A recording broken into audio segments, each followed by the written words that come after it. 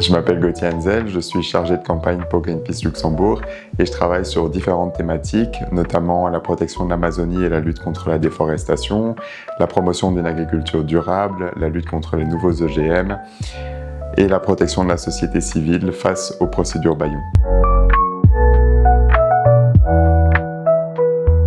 Alors pour ce qui est de l'Amazonie, on a accueilli ici au Luxembourg une délégation de peuples autochtones du Brésil qui sont venus partager leur réalité. Ils ont rencontré des députés, on a été au ministère de l'Environnement pour rencontrer la délégation luxembourgeoise qui allait partir à la COP. Et voilà, ils ont pu appeler à stopper la déforestation en Amazonie et à protéger les droits des peuples autochtones.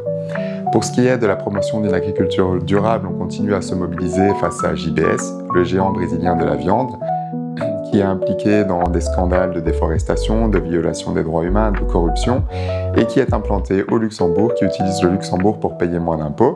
Pour ce qui est des nouveaux OGM, nous avons alerté sur les tentatives de déréglementation au niveau européen et on a appelé le gouvernement luxembourgeois à défendre la transparence et les droits des consommateurs et des consommatrices. Et enfin, pour ce qui est des procès bâillons, nous avons bâillonné symboliquement la statue de la Grande-Duchesse Charlotte ici au Luxembourg pour dénoncer la multiplication des procédures abusives qui visent les lanceurs et lanceuses d'alerte, les ONG et les journalistes.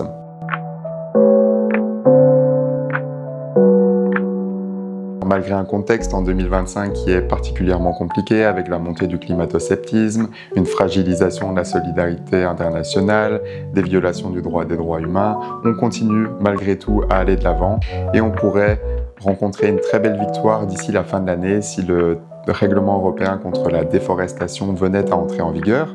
Alors ce texte, c'est le fruit d'une large mobilisation de la société civile à laquelle Greenpeace a largement contribué et qui vise à interdire l'accès sur le marché européen de produits issus de chaînes d'approvisionnement impliquées dans de la déforestation. Et il pourrait représenter une victoire historique puisque c'est plus de 8 millions d'hectares de forêt d'ici 2035 qui pourraient être préservés, soit plus de 30 fois la superficie du Luxembourg, si ce texte venait à entrer en vigueur d'ici la fin de l'année.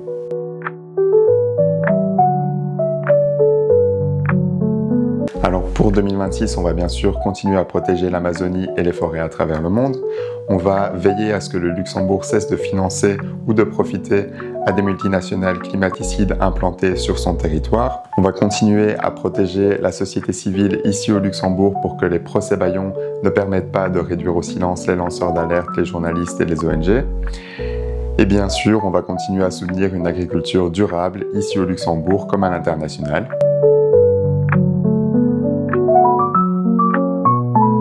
On va bien sûr continuer à maintenir la pression sur nos responsables politiques pour que les engagements se traduisent enfin en actes concrets. Et puis, bien sûr, on va renforcer notre travail de coalition avec les autres organisations de la société civile pour unir nos forces, que ce soit au sein de Votum Climat, la plateforme des ONG environnementales, au sein de Vocho, dédié à la défense de la société civile, ou bien de Menglandwirtschaft pour une agriculture plus durable.